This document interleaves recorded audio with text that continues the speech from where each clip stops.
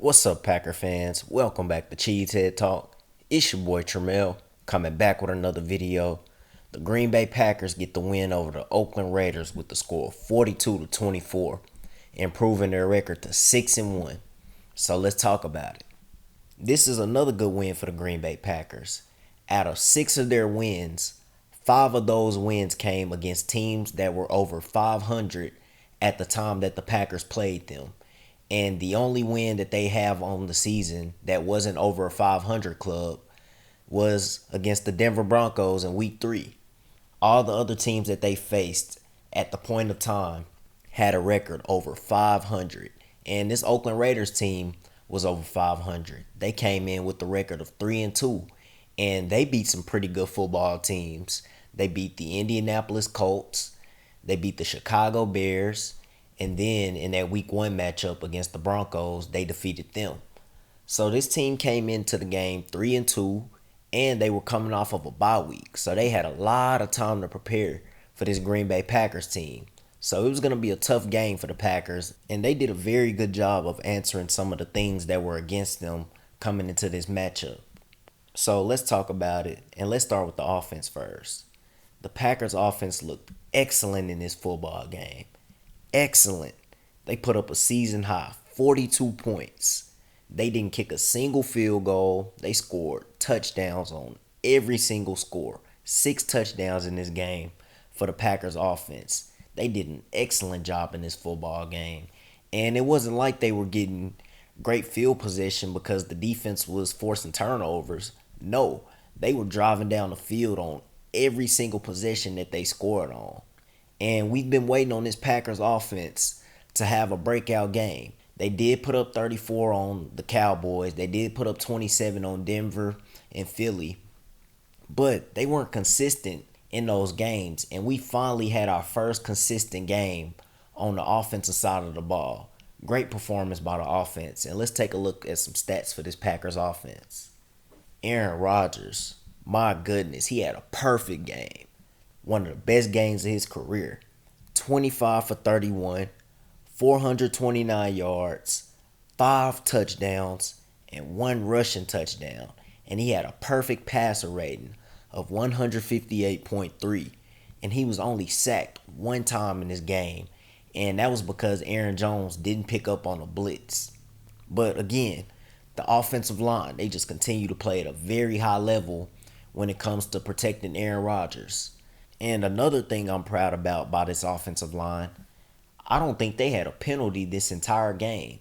So like I said, it was just a great performance on the offensive side of the ball by the Packers and by this offensive line. Now let's take a look at the rushing stats for the Packers. Aaron Jones led the way in the rushing category. He had 12 carries for 50 yards. He had a decent game running the football, and he got involved in the passing game as well. Then the second leading rusher for the Packers was Aaron Rodgers. He had 2 carries for 6 yards and a rushing touchdown. Jamal Williams had 3 carries for 5 yards. Dexter Williams had 3 carries for 2 yards. And Tim Boyle had 3 carries for -3 yards. Now you take a look at this receiving game for the Green Bay Packers. The last few weeks, the receiving group really hasn't been there for the Packers without Devontae Adams. And in this game against the Oakland Raiders, they really stepped up. When I say all the receivers stepped up in this game, all of them stepped up. Marquez Valdez-Scantling, Geronimo Allison, Alan Lazard, Jake Kumaro, they all stepped up and made big catches in this football game. And also, the running backs and the tight end Jimmy Graham, they all stepped up in this game. It was just a full team effort by the wide receiver group, the running back group, and the tight end group for the Packers in this game. Let's look at the stats.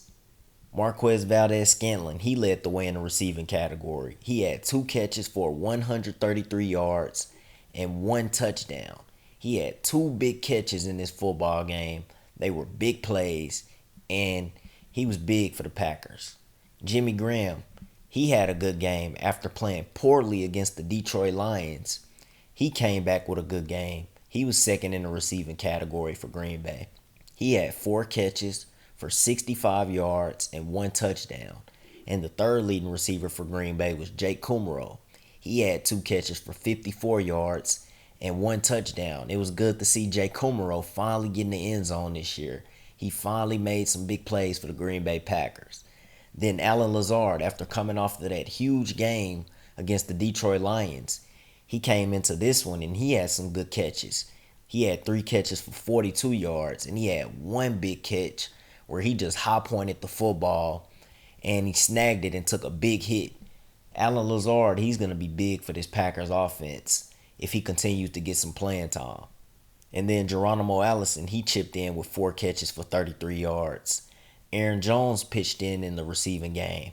He had 4 catches for 33 yards, and he had a very nice receiving touchdown, the first touchdown of the game for the Green Bay Packers.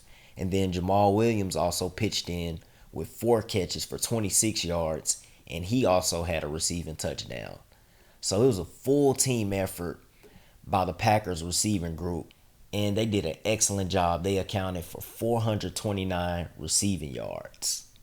Now, do I think we still need to trade for a wide receiver? My answer is yes. I'm saying yes on the safe side. I understand that Devontae Adams will be back, and we did this without Devontae Adams, but we did play against a below average Oakland Raiders secondary, but it was very impressive what they did. But I just think if we could trade for that very solid number 2 receiver, maybe an Emmanuel Sanders, maybe a Mohamed Sanu who's on the trade block now, and his salary is very cheap. The Atlanta Falcons are pretty much giving up on their season. They're now 1-6. So if we get a guy like a Mohamed Sanu or somebody of that caliber, I think that separates us from everybody at the top of the NFC. You look at the NFC, the 49ers are undefeated right now. They're 6-0. The New Orleans Saints, they have the same record as us. They're 6-1. And right now, I think they look better than the Green Bay Packers. But I think if the Packers were to pick up that solid number 2 option, that could separate us from the top of the NFC. And I will feel much more confident against those top tier teams when it comes to playoff time.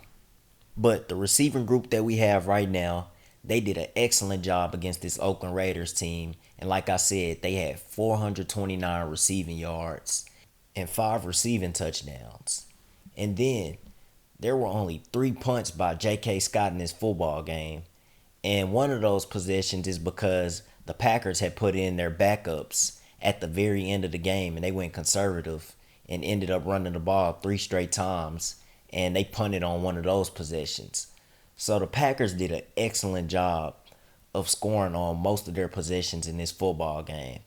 They put up 42 points. That's a season high. And my overall grade for this Packers offense is an A. Now, let's talk about this defense for the Green Bay Packers. And I think it's safe to say this isn't an elite defense.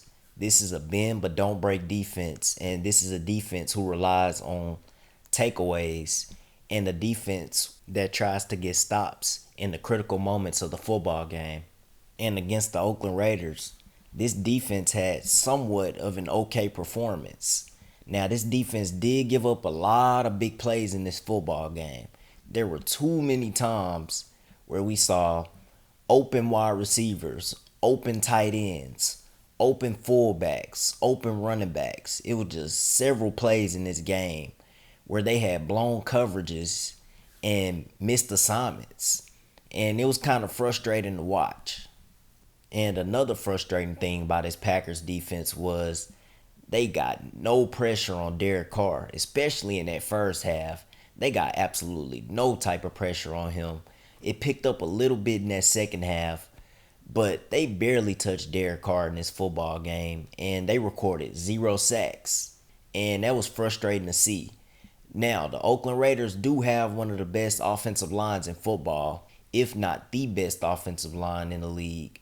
But they were without their starting right guard, Trent Brown, and I just expected a better performance by this Green Bay Packers pass rush. But that's enough of the negatives. Now let's look at some positives for this Green Bay Packers defense. And what this defense did do was they got 3 straight red zone stops on the Oakland Raiders. There were 3 straight drives by the Oakland Raiders in the red zone where they left without 0 points. 0 points on 3 straight red zone drives. That is absolutely amazing. And the first drive that they had, where they left without points, Derek Carr reached for the pylon and the ball ended up slipping out of his hands and going out of the end zone, which resulted in a touchback. That was a huge stop for the Green Bay Packers. The other drive in the second half, they got a goal line stop on Josh Jacobs on 4th and goal. BJ Goodson, he came up with a big stop on 4th and goal on Josh Jacobs, and that was the second red zone stop for the Packers. The third stop in the red zone for the Packers was the Kevin King interception in the end zone. So after the Packers gave up all of those yards and big plays, they made up for it in the red zone with their defense, forcing turnovers. Now let's look at some stats for this Oakland Raiders offense. Derek Carr, he went 22 of 28, 293 yards, 2 touchdowns, and 1 interception, and he had a passer rating of 119. Then you look at the Raiders' rushing game. Josh Jacobs, he had a very good game. He had one huge run. His longest run of the day was 42 yards. And he had 21 carries for 124 yards, and he averaged 6 yards per carry. And Josh Jacobs, he's going to be special in this league. And he's a candidate for Offensive Rookie of the Year. Then their second leading rusher in this game was DeAndre Washington. He had 6 carries for 29 yards. And then you look at this Oakland Raiders receiving game. Their leading receiver was the tight end, Darren Waller. He had a very, very big game. He had 7 catches for 126 yards and 2 touchdowns. And there were just too many plays where Darren Waller was just wide open. Blake Martinez had a lot of blown coverages in this game. It was just a lot of miscommunication by the Green Bay Packers defense. Then their second leading receiver in this game was Keelan Doss. He had 3 catches for 54 yards. Marshawn Aitman, he had 1 catch for 36 yards. The former Green Bay Packer, Trevor Davis, he had 2 catches for 26 yards. Foster Moreau, he had 2 catches for 24 yards. Derek Carrier had 2 catches for 22 yards. DeAndre Washington had 1 catch for 12 yards. Josh Jacobs had 3 catches for 10 yards. And Jalen Richards had 1 catch for 6 yards. So this Green Bay Packers defense still has a lot of work to do. They still have to address their run defense because we're still getting run on. We gave up 155 rushing yards in this football game. And then the Oakland Raiders also had 329 passing yards in this game. Now 36 of those yards came in garbage time by Mike Glennon at the end of the game. But the Packers have to fix up some things on the defense. The secondary, they have to stop blowing coverages. And we really need Darnell Savage back. I think he's a big factor for this Packers secondary. And also Raven Green, when he returns in a few weeks, he'll be big for the Green Bay Packers. So I think injuries have hurt the Packers just a little bit on their defense. And also in this game, the Oakland Raiders did just come off of a bye week. So they had a lot of time to game plan against this Green Bay Packers defense. So I'm not going to panic on the defense just yet. They're doing a good job of getting takeaways. They're doing a good job of holding teams to field goals. And they're getting crucial stops when they need to. So my overall grade for the Packers defense in this game, I give it a C+. They had a lot of big plays that they gave up.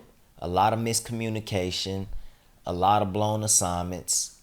But they had 3 straight drives in the red zone where they didn't give up a single point. And that's totally unheard of. And like I said, this defense does a good job of forcing takeaways, holding teams to field goals, and getting crucial stops when they need it. And they did that against the Oakland Raiders in this football game.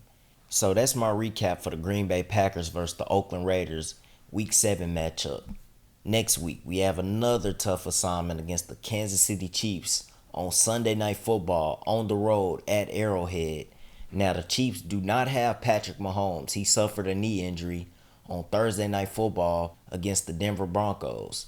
So now their starting quarterback is Matt Moore.